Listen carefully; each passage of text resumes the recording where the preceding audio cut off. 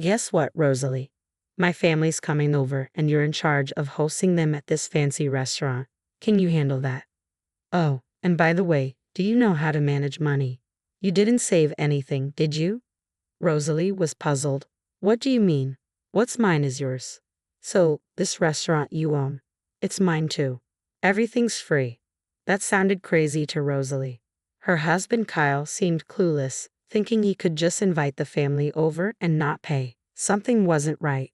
Plus, he didn't seem to get it. He was about to land himself in trouble. Kyle, we can't give everything away for free. But don't worry about the money. I know you don't have savings, and I knew you were inviting the family today.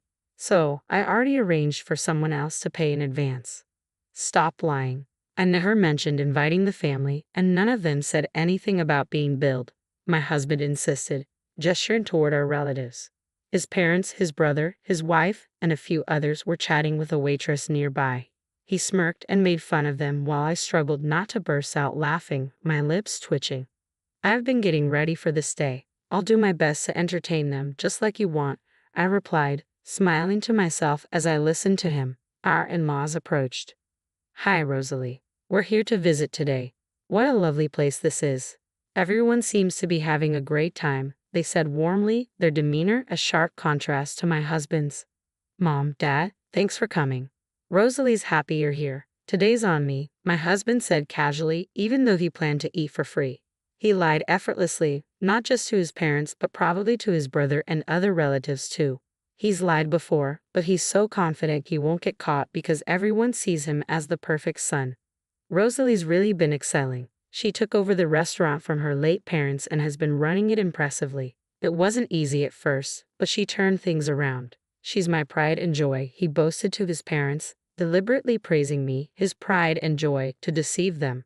But in reality, he barely sees me as more than a maid. As he spoke, my in-laws turned to me, nodding in approval.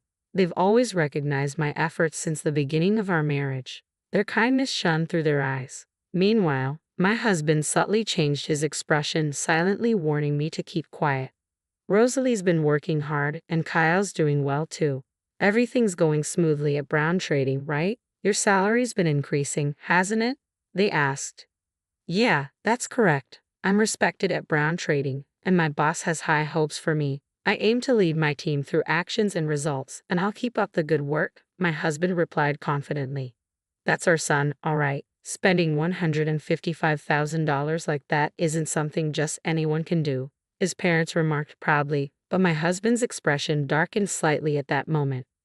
Today, we have 15 relatives dining with us, including my in-laws and brother-in-law's family. It's $11,000 per person, totaling $115,000. I calculated silently, knowing my husband was trying to get it all for free, unaware of the cost. When he realized it was pricier than he thought, he quickly regained composure to avoid exposing his lie. This one's on me, everyone. It's the least I can do. I just got my bonus, so no worries at all. Leave it to me, he declared, puffing up his chest as the in-laws chuckled softly. Checking the time, it was 6:00 p.m., so I guided my husband and in-laws to their reserved seats. The other relatives followed suit. Just as they were settling in, my husband shot me a creepy grin. An hour later, I approached their table in the banquet room. They were enjoying themselves, oblivious to the surroundings. Feel free to order more, everyone. It boosts restaurant sales, and Rosalie will be delighted, so go ahead, my husband encouraged, each word accompanied by a flurry of extra orders. With the banquet meals and additional orders, the bill had surpassed $20,000. Everyone assumed my husband, a corporate elite with a hefty income, was treating them. While some hesitated, my husband seemed to push them to order more.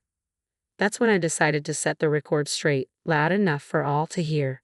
Since it's Kyle's treat, I had $60,000 transferred yesterday, so everyone, please enjoy yourselves without holding back, I announced, causing a buzz of surprise among the relatives. $60,000. Classic Kyle, were words of almost admiration that flew around. While the relatives reacted like this, my husband wore a bewildered look, clueless about what was going on. I didn't miss his expression and added a line to start my counterattack. Well, the $60,000 isn't for the food.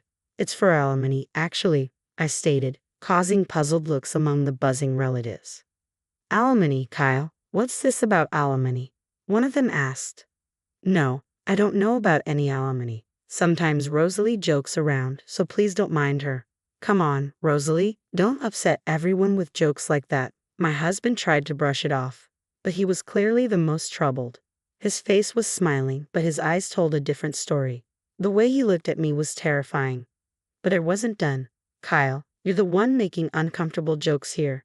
I think it's time the family knew that, right? I said firmly, handing him a piece of paper and a bank book. As he examined them closely, his face turned pale. The alimony is for cheating. Kyle has been unfaithful. He's not the person you all think he is. He can lie and deceive people without a second thought, I revealed. The atmosphere in the banquet room shifted abruptly. The once lively chatter ceased, replaced by an eerie silence. The document I handed to my husband was the original alimony claim, and the bank book showed a record of a $60,000 transfer. Everyone's attention was fixed on my husband and me, and silence lingered for a few seconds. But it was my husband who broke it. How funny, Rosalie. That's quite something. It looks just like a real statement in a bank book. But really, this is going too far. There's no way I would cheat. It seemed like he had shifted back to his usual confident demeanor, but that confidence quickly faded, and I couldn't help but smile. What are you talking about, Kyle? You're the one who's gone too far. Not only cheating but also trying to bully me into eating for free, lying to all the relatives that it's your treat. That's too much of a joke. Correct yourself quickly, everyone. Don't take Rosalie's words to heart. Without needing to say anything, the relatives seemed unable to believe it outright, and no one spoke up. I didn't react to my husband's words either, just watching his actions closely. Gradually, he started to panic. That's when he tried to get his parents on his side. Dad, Mom, tell her to stop these senseless jokes at a time like this. Yes, everyone calm down and listen to me, his dad began. Rosalie isn't making any senseless jokes. She's just stating the facts. It's undeniable that Kyle has been unfaithful, and she's not threatening Rosie. He's trying to get today's meal for free too. What are you two even saying? Are you taking what Rosie said seriously? That's not funny at all, my husband protested, but his parents seemed convinced. The only thing that's not funny is this situation. We've come here knowing everything to confront you, I declared. Yes, I had already confessed everything to my in-laws, revealing how my husband uses his outward kindness to play the dutiful son while behind the scenes, he's up to no good. Even as we waited for our reservation time, he tried to deceive his parents, but they saw through his lies. Enough. I would never deceive everyone. You're ruining the good mood we had, Rosalie. What are you going to do about this? My disclosure and having the in-laws on my side were completely unexpected for him. He visibly started to lose his composure, standing up and glaring at me intensely, as if he might lunge at me any moment. Come on, brother, calm down. Let's sit down and talk this over calmly. Nicholas, you believe me, right? Interjected his brother, my brother-in-law Nicholas, cutting through my husband's angry shouts. Nicholas, busy with his own job, was attending today with his wife Yasmin. I knew Nicholas and my husband had been close since before I started dating him, and he is as gentle and consistently smiling as the in-laws. However, Nicholas's next action would utterly defeat my husband. He pulled a thick envelope out of his bag and handed it to my husband, saying, "You believe me, right, brother?" "How can I believe you when you've been cheating with my wife, Nicholas?" "You what?" My husband's accusation hung heavy in the air as Nicholas handed over the envelope. Inside was a report on the infidelity investigation. It turns out my husband had been cheating with Nicholas's wife, Yasmin. Just before my father-in-law had said, "We've come here knowing everything," and by we, he meant the brother-in-law's family too. And it turns out, I learned about my husband's infidelity thanks to Nicholas. Hesitantly, my husband checked the contents of the envelope, turning pale as a ghost. Inside were numerous photos of him cheating with Yasmin, pictures of them dining at a fancy restaurant, looking into each other's eyes. There were photos of them being cozy in a car and others of them embracing and kissing in front of a hotel. There's no way he could just say they were just going out. It was indeed a decisive moment, a hellish scene. "Is this a joke? Unbelievable, Kyle did this," were the whispers I heard. The relatives around us were in turmoil, and the banquet hall buzzed in a whole different way. For my husband, it couldn't have gotten any worse. He was completely flustered now. No, wait. This investigation report is fake. The photos must be doctored because I haven't cheated with Yasmin. We didn't cheat, right? he pleaded, trying to enlist Yasmin's support in his last-ditch effort.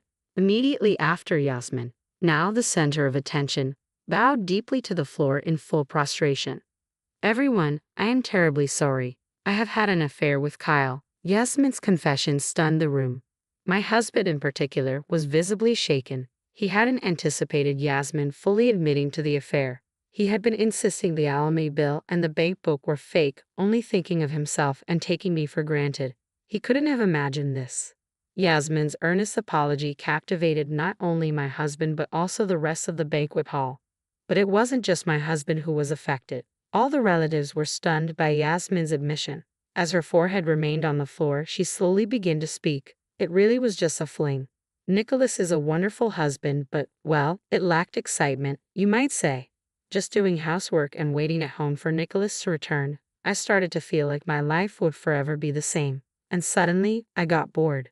When I approached Kyle, he was happy to go along. Everyone listened in silence to Yasmin's voice, mixed with regret and reflection. As she raised her head and revealed more truths, I tried to end it immediately, knowing it was wrong. But Kyle got serious about it. He threatened to expose everything if I tried to break it off. I know it sounds like an excuse now, but I am truly sorry. Yasmin's confession left the relatives staring in disbelief at such a lack of morals. Yasmin had initiated the affair, and though she was threatened, it's hard to completely sympathize with her. But she came here today to admit her mistakes and apologize, which is somewhat redeemable. However, my husband tried to escape by lying and making excuses, unaware that he was just tightening the noose around his own neck. He really is a fool, brother. It's all useless. Rosalie, and our parents know everything. I'm going to demand alimony from you, and you're going to pay Nicholas. When did you realize? You didn't even do an investigation. You must have been sure, right? Yes, I heard it from someone I truly despise, you brother. Right, Rosalie? That's right. It wasn't just Yasmin. He had his hands on other women too. What, Rosalie? How much do you know? Just give me a break already. Too bad, Kyle. I know everything, and if anyone should be asking for mercy, it's us. I never thought you'd even make a move on an employee at a restaurant. I continued, then called the woman into the banquet hall. This woman was the waitress who had been talking with the in-laws, Nicholas, Yasmin, and several other relatives while they waited for their reservation time. Turns out, while having an affair with Yasmin, my husband had also been making advances towards this waitress. She had also attended the same school with me back in our student days. Before even consulting Rosalie, who was the restaurant owner, she came to me. Kyle had threatened to destroy your family if you spilled the beans to Rosalie. You're really horrible. I've said it before, but we know everything, brother. All you can do now is admit your guilt and apologize, just like Yasmin did. Kyle, let me ask you something. Why would you deceive Rosalie to carry on with your affairs? From what we can see, Rosalie has been nothing but supportive. She's been managing the restaurant that she inherited from her parents and taking care of home as well. What does she ever do to you? Under the cold stares, my husband flinched at his father-in-law's question. I thought there was no valid excuse for infidelity, but if I had been unconsciously pushing him into a corner, I wanted to reflect on myself too. Awaiting his response, what he said next was shocking. I married Rosalie because I felt sorry for her. Before our marriage, she was struggling to turn the restaurant around with both parents gone. I was the only one she could rely on. I couldn't live without that feeling of superiority. And then what? Rosalie managed to turn it around. The restaurant became popular, and suddenly I found it boring. That's why I thought of dumping her, my husband said, smirking as if he had nothing to lose. Despite already knowing his true nature, a deep disgust welled up from within. It seemed he viewed everyone but himself as mere tools. The cold stares from the relatives quickly turned to pity. A feeling of superiority felt good, got bored, and decided to dump her. Kyle, do you realize what you're saying? You're successful in your big company because Rosalie supported you. Don't you have any gratitude? No, you're wrong. I succeeded because of my own skills. Besides, isn't it normal for a wife to support her husband? Does a mother serve a father expecting gratitude? No, right? Rosalie served me because she loved me. It's presumptuous to expect gratitude for that, my husband argued. Enough, Kyle. I find you repulsive. We are cutting ties with you, but we will watch you until you take responsibility. Be prepared.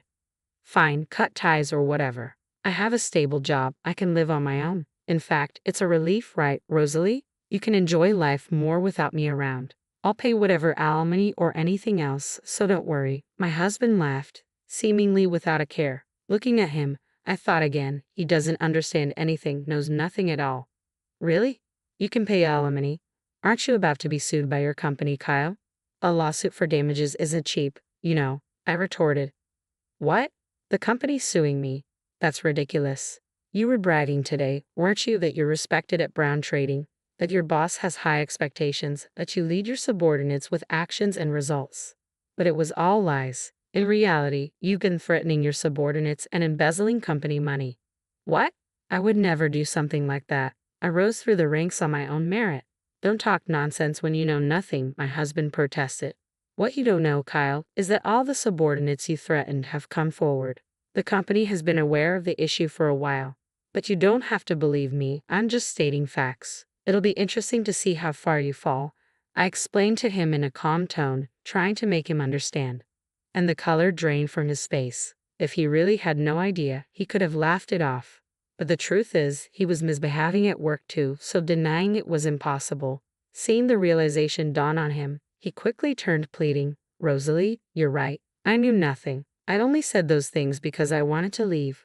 Please continue to support me if we divorce now." I stopped him right there. Don't say anything more. The relatives are about to tear you apart, Kyle. It's too late for anything now, and it doesn't matter whether you knew or didn't know. No one will help you, and you'll get your wish to live alone.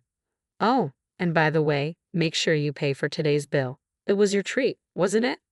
The moment I said this, Kyle collapsed to his knees. No one reached out to help him. Today, after threatening me, deceiving the relatives to get a free meal, he finds himself unable to get off scot-free. Afterwards, I filed for divorce, and Kyle was sued by his company. Kyle ended up incurring a significant amount of debt. The reason Kyle had no savings despite dealing with Brown Trading was that he was footing the bill for entertainment expenses with the employees.